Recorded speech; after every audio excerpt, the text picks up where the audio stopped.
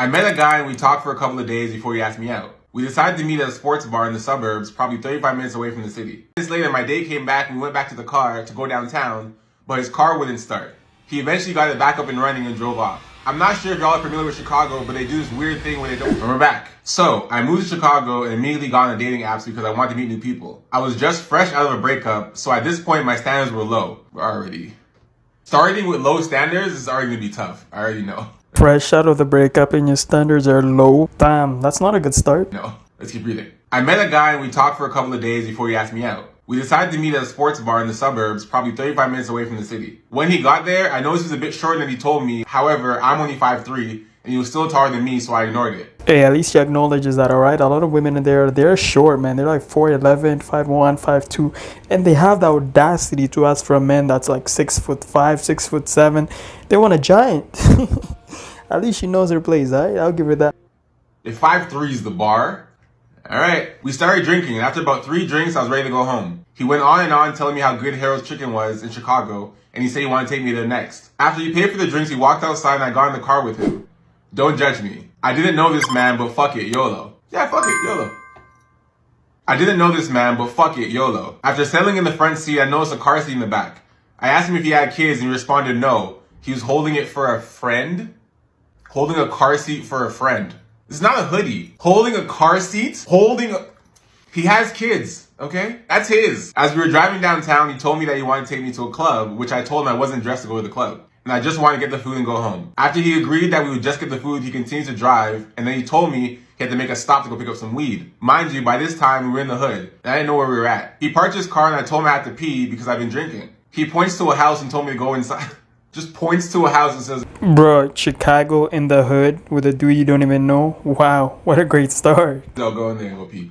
Whose house is that? This is getting good though, not gonna lie. He points to a house and told me just go inside. I get out of the car and there are people everywhere. It was giving block party. I saw an old man in the backyard grilling and also saw 2 girls headed inside the house, so it felt somewhat safe. But I honestly didn't have a choice because I had to go to the bathroom. Once I finished, I walked back outside and he was gone. I started walking around looking confused and was stopped by a group of guys who said my date had stepped away to get the weed for me and to wait with them. About 5 minutes later, my date came back and we went back to the car to go downtown, but his car wouldn't start. He eventually got it back up and running and drove off. I'm not sure if y'all are familiar with Chicago, but they do this weird thing where they don't stop at red lights. Tell me why he blows through a red light, not stopping at all. Dude almost got hit by a semi-truck. I was pissed because the truck had hit my side. This clearly showed me he had no regard for my life. I mean, him sending me to a random house to pee or leaving with a bunch of strangers. I asked him where the weed was, and he told me I had to make one more stop to go get it. So he never got the weed. So he never got the weed. Where did he go? This is suspicious to begin with. Matter of fact, it's Chicago. Maybe that's the norm over there. You know, they pass red lights and all. They carry a little glizzy in the car. And I mean, what more would you expect? Okay. Why did this boy take me to the old block? I felt the stares and just knew we were gonna get robbed. At this point, I was so scared because I'm honestly not about that life. He parked his car, ran to get the weed, and came back almost immediately. Oh, this time he was fast. By this time, I was ready to go home. I was over the entire night. I knew Harold's Chicken was you were never going to Harold's Chicken. He needs you for a drug run. That's it. You're never getting the chicken. Don't tell me you stayed this long for chicken. Please. I was over the entire night and I knew Harold's Chicken wasn't even open anymore. This was around COVID, so everything closed early. As we were driving, he asked me if he could use my phone to call his mom since his phone died. I let him use my phone. He made his call and pretty soon we were pulling up to a lounge. He parked and we walked to the door. The security guard told us that we had to have a mask on to get in. I had my mask, but tell me why he didn't have a mask, so he picked it off the dirty... Nah. I had my mask, but tell me why he didn't have a mask, so he picked up a dirty mask off the ground. Hey, yo, that's hella nasty. You don't even know where that mask could have been, man. Disgusting. And put it on his face.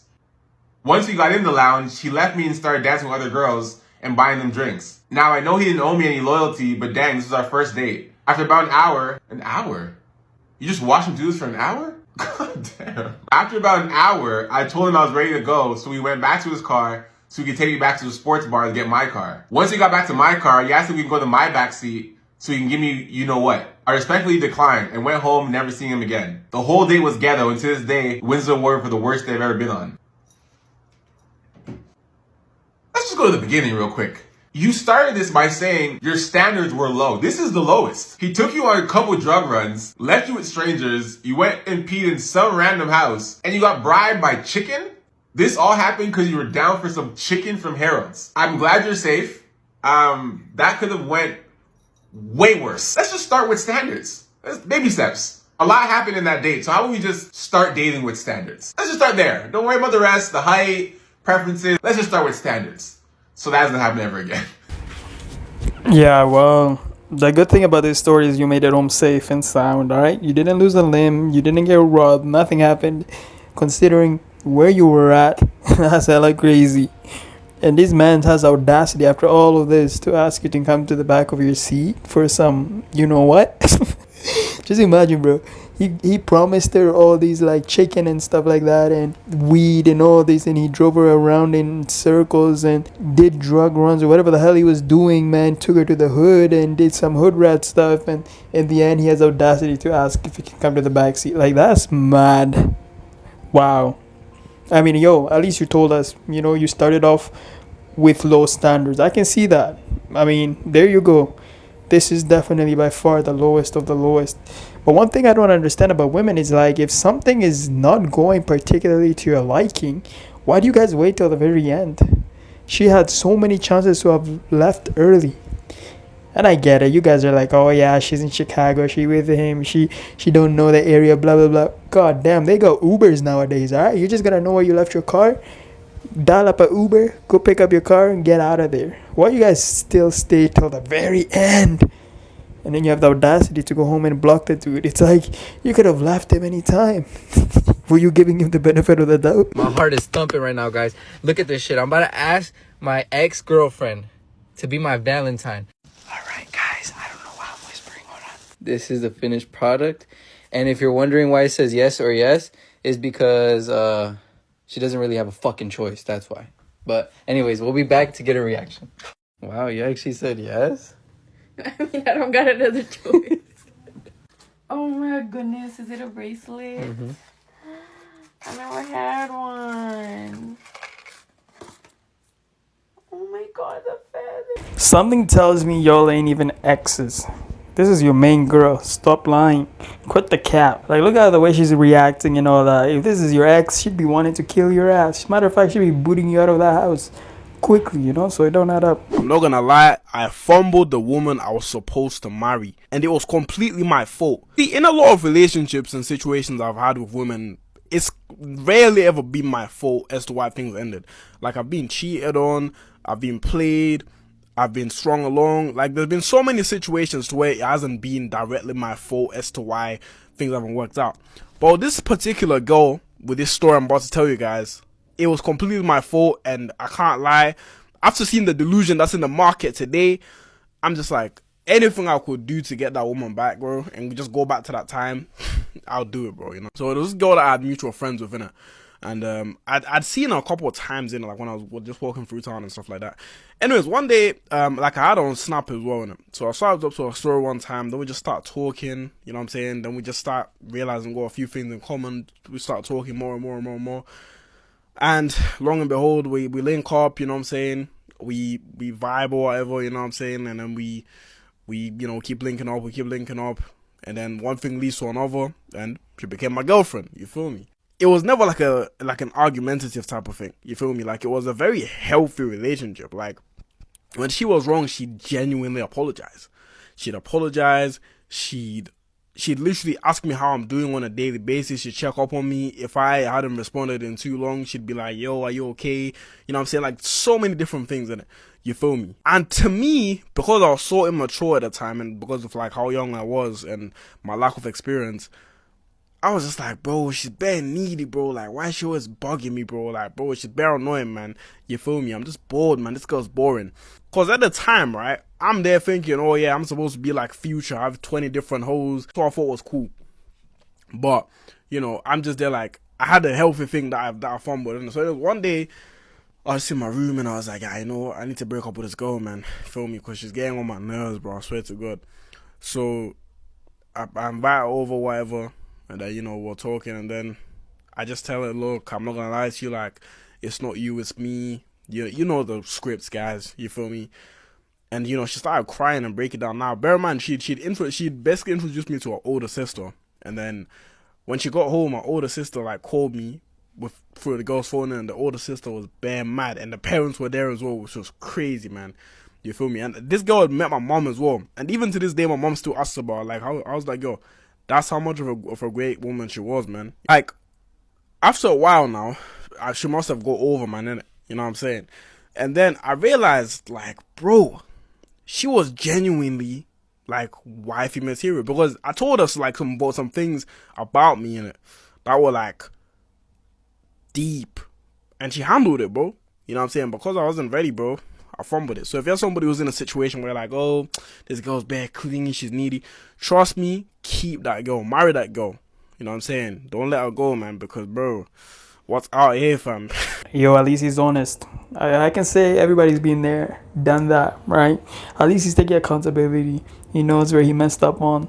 Now I gotta say, the whole thing about Future having 20 different hoes, that's how a lot of men's be moving. Like, that's how they think they should be living life, like they're rappers or something. But it's like, bruh, sometimes you gotta just like take things and accept things as the way they are, you know? And especially the people that are close to you that are good in your life, you gotta treasure them, bro. Some people are out here thinking they can do better, men and women, you know?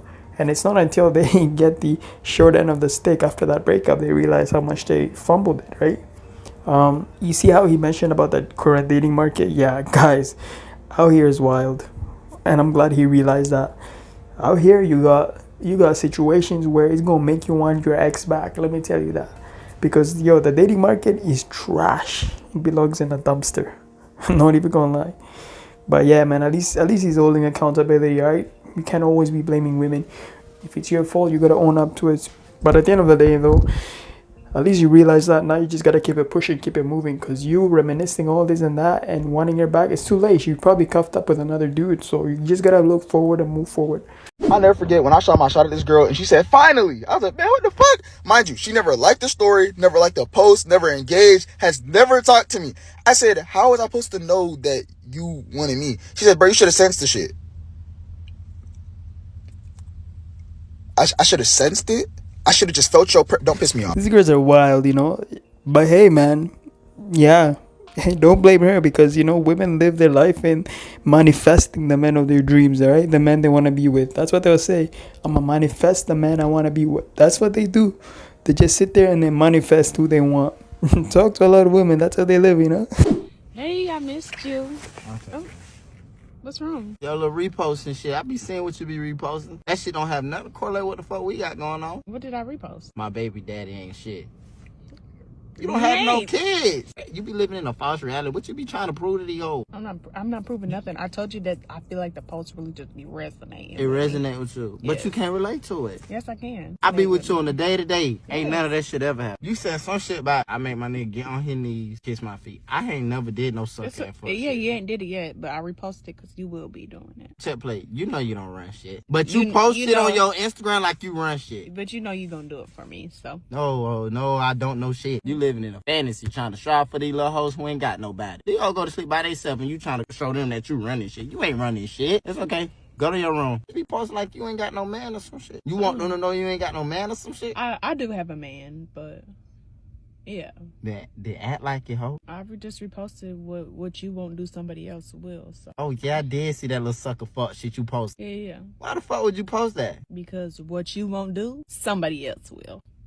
I fuck with that, Ashley. That's actually kind of P. Mm-hmm. That's kind of P that you say that. Because, Ashley, you posting that shit, I'ma live that shit. If you don't want to give me head tonight, no, you're not. The next girl will. I'm gonna fuck you up. You ain't gonna fuck shit up. I'll tell you gonna that. fuck you up. Because, listen, if I ain't gonna do it, you gonna go fuck with the next dude, right? So go ahead and fuck with him right now. Go fuck with him right now.